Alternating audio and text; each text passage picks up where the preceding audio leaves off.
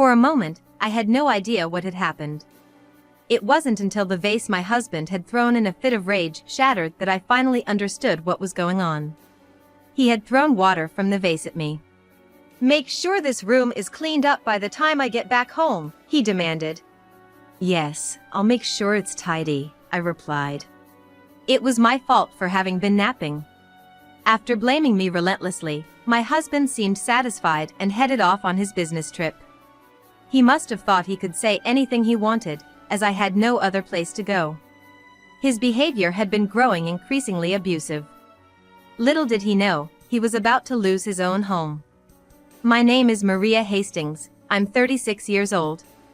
I married my husband, Alex, 5 years ago. We had what you could call a workplace romance. We started at the same time, and over the course of working together, venting about work and supporting each other, we began to date. One thing led to another and we ended up getting married. I didn't quit my job after marriage. Thankfully, my boss had told me, "Don't hesitate to take maternity leave when you need to." So that was our plan. However, we struggled to have a child. Could it be, Maria, that you're infertile? It's not necessarily just me with a problem, is it? No, usually the woman is the problem. There were times when we would argue like this. But after many years of fertility treatment, I finally became pregnant. Alex wasn't too thrilled about the treatments, so I paid for it all from my savings I had from before we were married. I had practically used up all my savings, but I was genuinely happy to be pregnant. Then came another surprise. What, twins? Yes, I was blessed with twins. Though the fear and anxiety of raising twins were overwhelming, Alex was simply overjoyed. Twins are going to be so adorable. Wow, I can't wait. This is going to be fantastic. Fantastic, huh? While his carefree attitude did irk me at times, I knew he was trying to encourage me in his own way and it made me happy. Despite some complications during pregnancy, both babies were born healthy. They were fraternal twins, a boy and a girl. We named them Jack and Lily. Raising twins was indeed tough. My recovery was slow after giving birth, and both our mothers had to come and help us. When they left after a month, I was so overwhelmed with anxiety that I burst into tears. I can't handle both of them by myself. Please don't go. It was a cry from the heart, a genuine plea for help. But they had their own lives, and this 1 month had already been a big ask. We'll do this together. I'll step up, too. Alex persuaded me, and I somehow managed to regain my composure. He patted my head, saying, "You're not alone, Maria," and it gave me a moment of relief. But it didn't take long for the truth to hit me. Alex was all talk. The idea of raising them together was a pipe dream. He wouldn't lift a finger unless I asked him to. Taking initiative was apparently too big of an ask for him. There were even times when he refused to help, even when I begged him to. Change Jack's diaper, please. I'm nursing Lily right now. Yeah, no, I can't. This kid did a number 2. Maria, you do it. My husband flatly refused to change the diaper. No, I told you, I'm nursing. Well, you can go when you're done. Modern diapers are great, he can wait. The smell is making me nauseous. I think I'm gonna throw up, I need to take a break. What? Hey, wait a minute, Alex. This was what parenting was to my husband, doing only what he felt like doing, when he felt like doing it. In the end, I had no choice but to do it all by myself. By the time the twins turned 1, I decided to return to work. We lived in a rural area, and luckily both kids got into daycare. It was my first time back at work in a long time, but everyone, including my coworkers, was kind. Despite returning to work, I felt as though I had become a rookie. Many people sympathized with me, saying how tough it must be to balance work and childcare. But honestly, it was easier after my babies started daycare. During lunch breaks, I could eat without worrying about the twins, and I could even have conversations with my coworkers. Single-handed parenting was harder for me. But there were also troubling matters. The children's health issues. Inevitably, Sudden early leave or time off increased, and every time, I had to apologize to those around me. Of course, I asked Alex for help, but he feigned ignorance. He came up with nonsensical excuses like, "It's hard for me too, I had to work even when you were off." When he saw the look of dissatisfaction on my face, he would say, "Well, you shouldn't have taken a job then." And then, one day about 3 months after I returned to work, my husband said this in the presence of my mother-in-law. "Children should be taken care of by their mothers at home until they're at least 3 years old. They keep getting sick because you force them into daycare at such a young age. Don't you feel bad about causing trouble at work?" I wondered what he was talking about. I did feel bad. Unlike him, who can freely work overtime, I am working desperately, feeling uncomfortable. "Don't speak as if you know." I wanted to shout back at him, but I held it in because my mother-in-law was present. My mother-in-law, who was there, seemed a bit awkward, but she seemed to agree with my husband on the whole. "Well, dear, you don't need to force yourself to work. If you're ever in trouble, just let me know, and we can help you out financially," she said. With such a statement, there was no way I could say I wanted to work. And so, I resigned and returned to a life of solo parenting. However, things were different this time. Income. Unlike during my last maternity leave, my income now that I had resigned was zero. My husband's income wasn't exactly plentiful. Naturally, our household finances began to tighten. "Hey, our payments for this month, we have car tax to deal with and it's tough." "Huh? So what?" he retorted, sounding rather irritable though he understood the situation. "Could we borrow some money from your parents?" I asked my husband, hesitantly. His mother had always told us that we could rely on her if we needed anything. So, I thought we might be able to ask for her help through him. However, he grimaced and dismissed the idea instantly. "What? Are you trying to sponge off my family?" he said. "Not sponging. I was thinking we could pay them back when I start working again." "No way, absolutely not. We're not borrowing any money. Figure it out, managing our finances is your job," he concluded and ended the discussion. Despite his response, I tried to negotiate several times when he was in a good mood, but it was all in vain. "Figure it out," he said, but my savings from before we got married had been spent on fertility treatments. I had nothing left. I couldn't borrow money from my own family either, because my mother raised me alone and money was always tight. After much consideration, I decided to sell my car.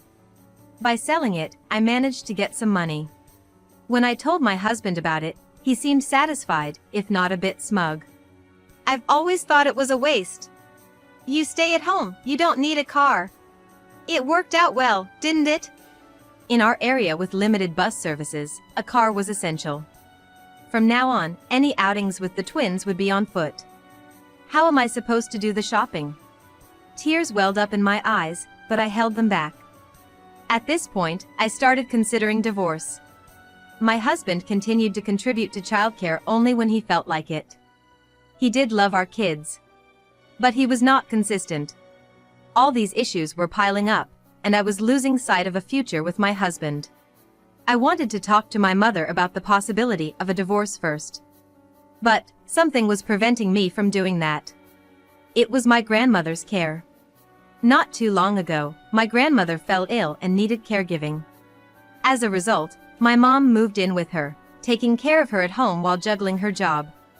I couldn't bear to burden her with the news of my divorce. I feared it would only add to her stress. So I didn't tell her. What's more, if my grandma's there, I wouldn't be able to move back home even if I did get a divorce.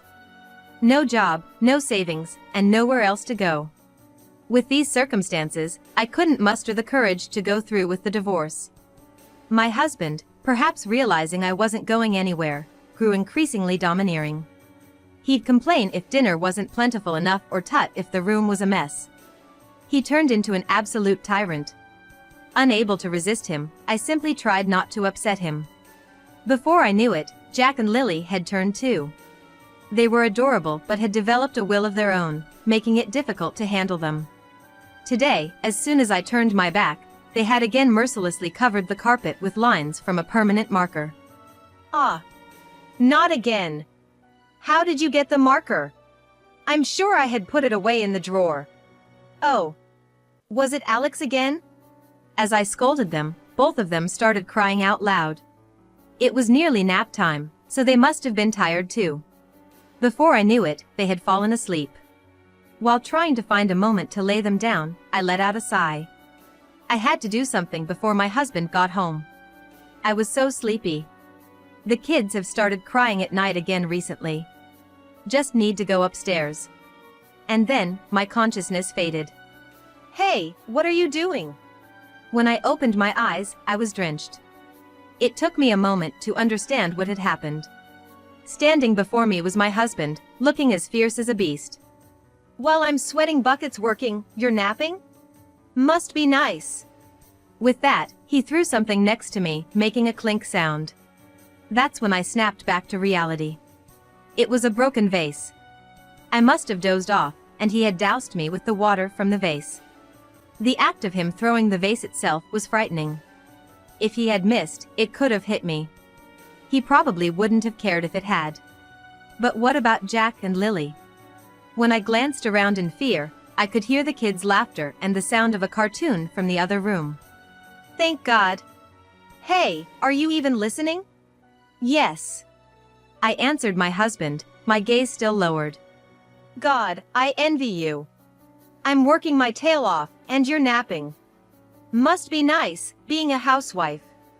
It was pointless to argue with him during these times. Keeping my head bowed, I simply said, I'm sorry. Have you prepared for my business trip starting tomorrow? Yes. When I handed him the bag packed with his clothes, he quickly looked inside and nodded. Making me this upset before a business trip, I can't stand it. Ah, it's so irritating. I'm sorry, I repeated. I could see him smirking. Make sure you clean the room before I get back. Yes, I'll make it spotless, I promised. Did you hear me? Make it so clean I won't recognize it. Remember, you don't have anywhere else to go. Just do as I say. When I nodded, Alex looked very pleased. He whistled a merry tune as he left the house. When the front door clicked shut and the sound of the car engine faded away, I opened the sliding door to the next room. Jack, Lily. There were the twins, playing and giggling, and my mother, with her ears covered as much as possible, crying her heart out. Seeing me, she gently let go of the children and hugged me with both arms. Mom. Maria, you did well, you held on. Saying that, she hugged me tight, putting strength into her hands. Actually, a few hours before Alex came home, my mother had been here since earlier in the day. I got a call from her this morning. She told me that Grandma was finally moved into a care facility. We had been looking for a place for a while, and finally found one. She had called to say, now I can come and help you, Maria. At her thoughtfulness, I couldn't help but cry on the phone, so worried as she was, she decided to visit me. I can't believe Alex would do such a terrible thing. We had discussed it beforehand, but I guess she didn't think it would be this bad. I, too, never thought he would go as far as to throw water at me. My mother's voice trembled with anger. Before I went to sleep, my mother was upstairs hanging laundry. And when she came down, the three of us were still asleep. Since the children woke up first, she had them play in the next room so as not to wake me. She wanted to rush out and confront him right away, but she was worried about the kids, so she turned up the volume on the TV and covered their ears. She must have been scared too. Thank you, Mom. My mom nodded. First, take a quick bath. Then we'll talk, and patted my shoulder. After I came out of the bath, my mom was on the phone. Thank you for your assistance. She hung up the phone in a cheerful tone. Mom, who were you talking to? She smiled and told me. She also told me about her plans for the future. When I heard everything, I thought it sounded interesting. But do you think it will go that smoothly? Don't worry, I'm with you. Let's do our best together. She then hugged me tightly again. At the time, I didn't think my mom would go that far. The next day, I was back at my old workplace to seek advice. It was encouraging that my mother had become my ally, but my main concern about getting a divorce was money. I would likely get custody, but I couldn't expect Alex to willingly pay child support. I don't have any special qualifications, and if I could return to my old job, I would be grateful. I wouldn't want to work in the same place as my husband, but if the departments are different, it's possible to avoid meeting face to face. Even if I can't return, I would be grateful to learn about opportunities in the same industry. I thought I'd give it a shot and seek advice. That's why I came. My former boss, Catherine, greeted me with a smile, saying, "Long time no see." Catherine is a woman I admire. She has even given me advice when I had a fight with Alex. "Long time no see, sorry for the sudden visit." "No worries, what's up?" I was not sure how much to share as Alex would continue to work here. I thought it wouldn't be appropriate to mention the incident of him throwing a vase of water at me. I didn't want to make it difficult for Catherine. So I told her that I was considering divorce from Alex and looking for a job. I'd be happy to come back here, but if that's not possible, do you know of any other good places? I knew this might be an inconvenient request, but I was desperate. Catherine must have been surprised. That's what I thought, but her response was unexpected. I knew it. "Maria, I have something unpleasant to tell you. Can you listen calmly?" Catherine began to speak with a solemn look. Her story was shocking but somehow made sense. "So that's what happened. I'm sorry, this is probably the last thing you wanted to hear." "No, thank you. This will give me an advantage. Thank you very much." I'm glad I consulted with Catherine. Under normal circumstances, it would be odd to feel joy, but there were unexpected gains. But that wasn't all. Catherine spoke to the higher-ups about my return to work.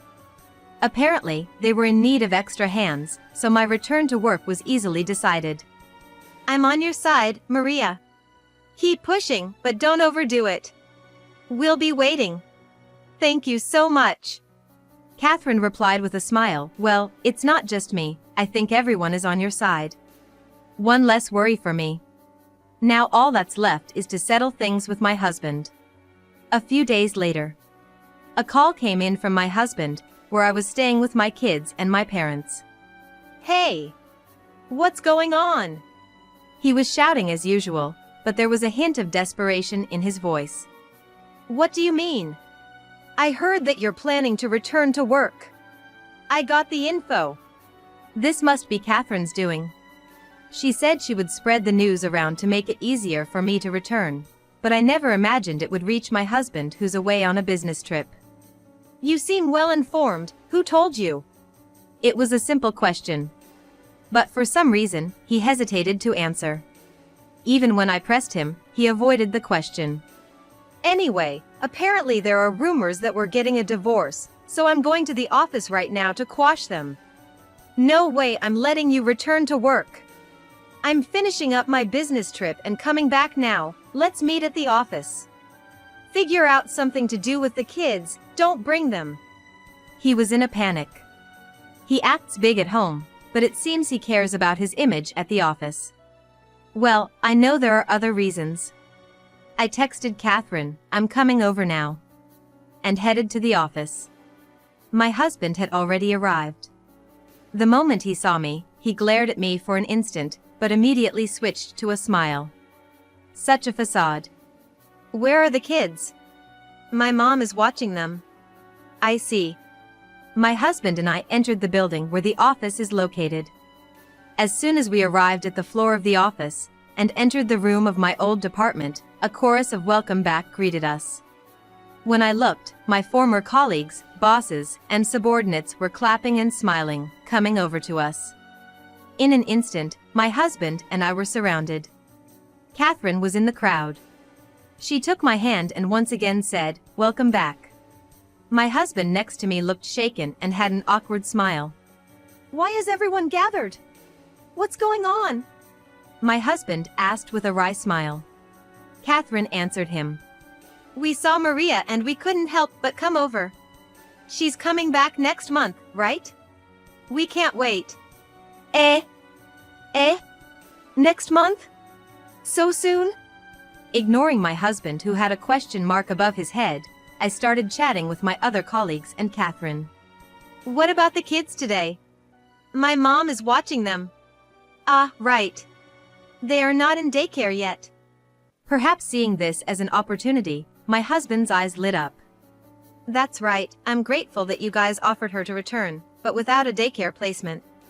We don't have anyone to look after the kids, so I was thinking of declining her return today. Wait, what are you talking about, Alex? Catherine looked puzzled at my husband. My husband was taken aback. What do you mean, what? I'm just stating facts. Don't you know, Alex? Did you know we've got an on-site daycare now? Eh? To my husband's blank face, Catherine explained simply. An on-site daycare is, as the name suggests, a daycare located within the company. It's a place where employees' children can be looked after, and for now, there are plenty of spaces, and all applicants can be accommodated. So you see, there's no problem. With a smirk, Catherine explained, well, indeed. But keep in mind that the on-site daycare only accepts children up to 3 years old. So after that, you'll have to look for a preschool. At this, my husband's eyes lit up again. Well, unfortunately, that's a problem then. Our kids are turning 3 soon, aren't they? Since he was asking for my agreement, I tilted my head in confusion. Huh? What's so problematic? It's okay. You hear stories all the time about kids not getting accepted into preschools. Plus, we have twins, so it's going to be tough. As his words mumbled off, I ended up saying, it's okay. Single parents are given some priority. Huh? Single parent? With that, I pulled out a piece of paper as if I had been waiting for this moment. I handed it to my husband as everyone watched. This is a divorce lawyer's business card, Alex. Please divorce me. Holding the business card, my husband was trembling. Why is this happening? You must have some idea. I will never forget what you did to me and what you didn't do. My husband flinched for a moment, then shook his head in protest. That was just a misunderstanding. Divorcing over that? Oh? Should I mention a bigger reason for divorce? Like infidelity, perhaps? My husband's body jerked. His complexion visibly worsened. There's no use pretending you don't know. Everyone else does. You're having an affair with the daughter of one of our clients, aren't you? Did she accompany you on your business trip this time? I heard there were people who saw you. My husband said, no, that girl is, denying it verbally, but his gaze darted left and right. This was the valuable information that Catherine had provided. You've been acting superior this whole time. Being a housewife is so easy, isn't it? Isn't it more leisurely for you to dump the child raising on me and cheat? I hated being in the same workplace as you. It looks like you'll be able to leave me alone. He was having an affair with the daughter of a business partner, even though he was married. He should face suitable consequences for that. That's not. You can stay here and get chewed out. I'm going home first. Wait! Hey! My husband tried to stop me, but he was restrained by everyone around him. After that, he was severely scolded and punished. But it didn't end there. I was getting ready to take a bath one evening when my cell phone suddenly rang. It was my husband. Hello. Hey, Maria! What the hell is this all about? My husband on the other end of the line sounded like he was on the verge of tears. Actually, it seemed like he was already crying. What's wrong? I came home to find that our house is gone. It's completely cleared out. What's going on, Maria? Where are Jack and Lily? I nodded and said, ah. Then I explained to him. Actually, after my husband left on his business trip, the person my mother had been talking to on the phone was a real estate agent. Since they'd been saying for a while that they wanted to buy the house, she told them that we had decided to sell. You sold our house without telling me? It's in my name. I was the one who put the money down for it back in the day. You didn't contribute a penny just because it was old and used, remember? The real estate agent who got the story from my mother was happy to move quickly on the deal. Moreover, we were referred to a new property through the real estate agent and moved out in a hurry. Even more than that, the real estate agent was actually interested in the land rather than the house, so it was cleared in no time. My husband must have been shocked when he came home without knowing anything. I was thinking that we could talk about this when I got back. I have nothing I want to talk about. You should think about how much you've taken advantage of others and how much harm you've caused. My husband was crying and saying something like, but I didn't feel sorry for him at all. I kept my promise and left it clean. It's unrecognizable, it's so clean. I just said that and hung up the phone right away. I seemed to have a few more incoming calls after that, but I didn't care. I just went and took a bath with my twins. My husband was insistent that he didn't want to divorce, but thanks to persuasion from my in-laws, we finally managed to get divorced just the other day. Of course, there was property division and child support. My husband became infamous for hitting on coworkers despite being married and eventually quit his job. Now, thanks to connections from his parents, he seems to be working in a factory.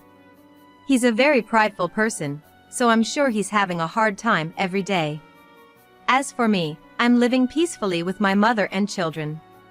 Every day, I'm amazed at the difference between my ex-husband and my mother, and I never stop feeling grateful.